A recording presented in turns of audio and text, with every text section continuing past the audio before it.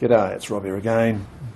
Well, I'm pushing on with this old Rover mulcher, and you can probably hear the weather's it's as wild as hell today, but at least it's cool. It is cool. It's just been so hot lately. It's a welcome relief. I just can't say how much a relief it is. It just gets too much, the old hot weather. So anyway, in the last video I had a couple of guys get onto me who actually had this type of old Rover mulcher, and they said there's a few things you need to know, and one of them was down here, is that coming up? Yeah, there, and over there on the front there's a nut, and those two nuts on bolts, if you take those off, apparently the whole top section swings back, and then you can look at the cutters and stuff. So that was really good. So yeah, that was the two Matties, Matthew and Matty, gave me some good info, and another viewer too. Anyway, so that's what we're going to do. We're going to try and swing the top back and just see what we're dealing with, see, you know, why she's not spinning over.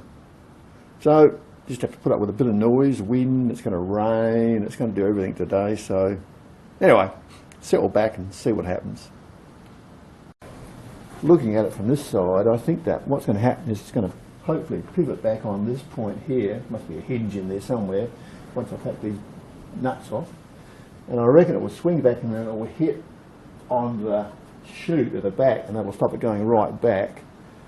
So I might swing it around this way so I can get plenty of clearance. Alright, let's do it. Right, well the first thing we have to do is drain out the fuel tank, because if I tip that motor back, the fuel's going to run everywhere.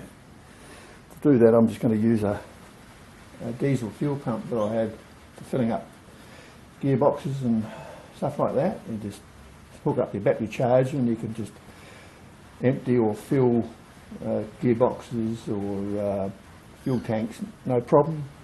And I'll dump this into the old parts wash petrol can, and we can reuse that later. So we'll just hook her up. As usual, whenever you go to use the battery charge, the terminal falls off. One fell off here, so you know this should do it.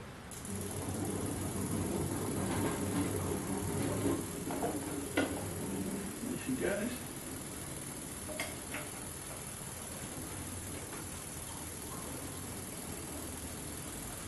Yeah, beautiful, look at that. Magic way to do it. There's a good tip for you. So you can vacuum all the shit out the bottom of the tank as well. Just about empties it. It's pretty quick. And a high flowing unit as well.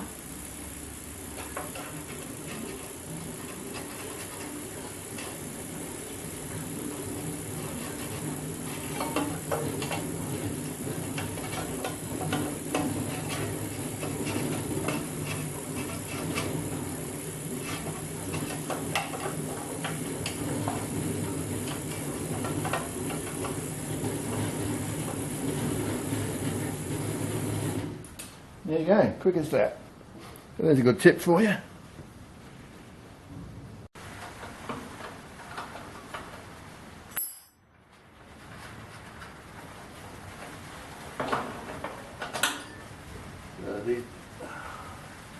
These bolts drop right through.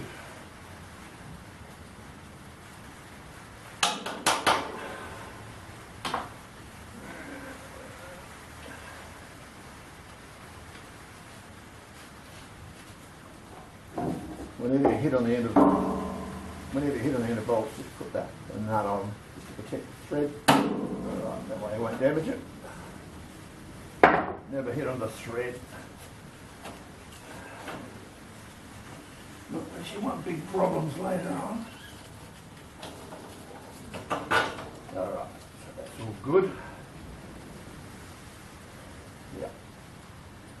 It's pretty simple, they've just got a carriage bolt. The whole thing's pretty basic when you look at it. It's just interesting.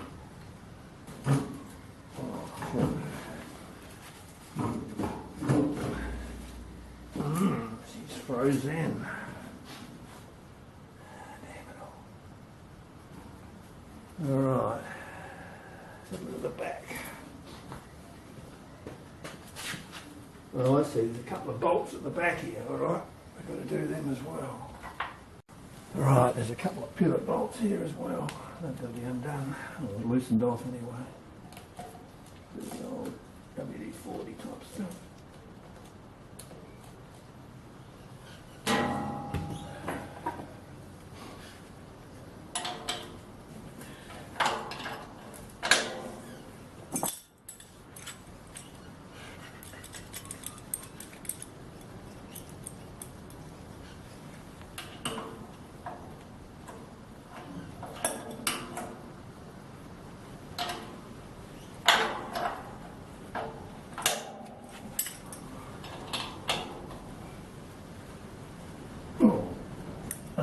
Okay.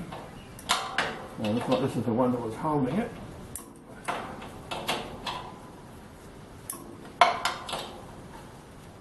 That should be enough, I hope. Yep. Alright, we'll go with that. Okay, let's give it another go.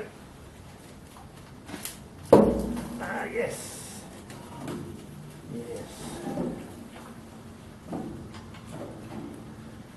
That's as far as she goes. Alright. Alright, you can see the cutter bars.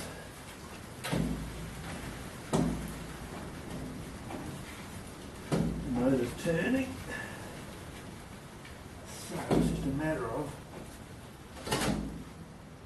yeah, clean all that up, see what we can do. Well, I found the problem. You wouldn't believe it. You know, heard that sort of saying, put the last nail in the coffin. This is what was holding it, jamming it, a nail. There was a nail floating around in there, and every so often it would just move position. Took the nail out, and now pulls over, no problem at all. And that was it, the last nail in the coffin. What are the chances of that? Okay, so I've separated the top and the bottom. There's just these two bolts come out. It's not a bad design actually. Now, looking in here, you can see the arrangement. So I'll get the base out the way and we'll come in close and see what we're up against. That, my friends, is a genuine Australian redback spider, a big one. They can do nasty things to you. I had someone ask me, have I found any redbacks in there, and I hadn't, but they're always there. Look at that little motherfucker. Yeah, it's a big fat one, that one. Yeah. That's why you always wear gloves working on this stuff. Look at that. Oh, look at that. That's a good shot of it, isn't it? Look at that mother. That'll look good in somebody's plastic gear knob. Yeah. Well, that's going to get gonged out. There you go, guys. You've seen it here on Rob's channel. A good old Aussie redback, and a big one at that. Okay, now that we've disposed of mother and babies, we've gone to redback heaven. I gave it a bit of a vacuum out. You can see the arrangement. So the blade swings this way, comes around. This is your primary set of anvils here. These are reinforced. They come through this three anvils, 4 slots, and they just come in and go through there. Chop through the stuff as it comes through, so swing around, chop on there, come around. There's a set of small anvils here, here, and there's a final set, which are really a guard to stop, it's pouring with rain.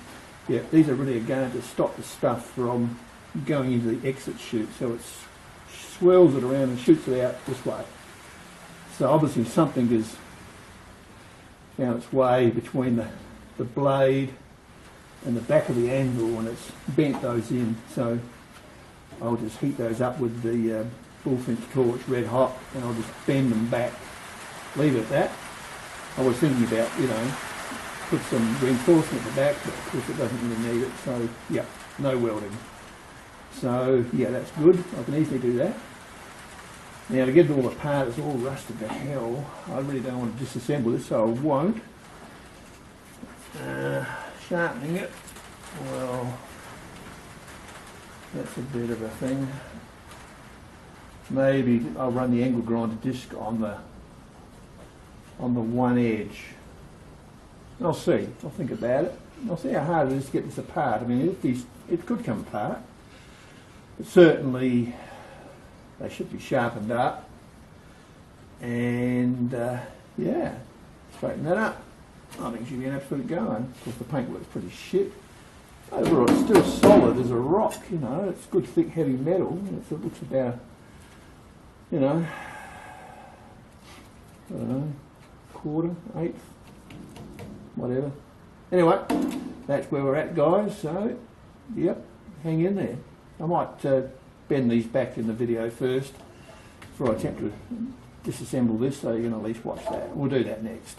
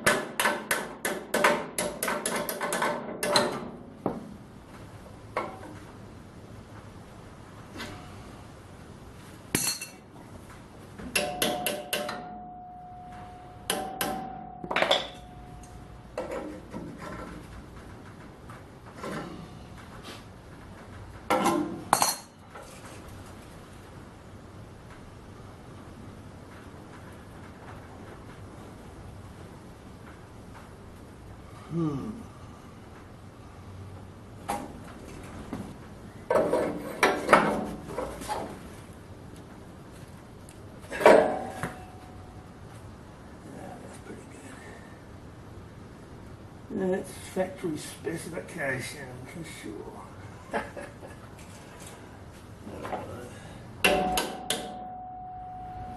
Excellent. Time for a beer. Okay guys, that's where we're at with it. The whole thing's coming together, provided the Briggs doesn't have any nasty surprises.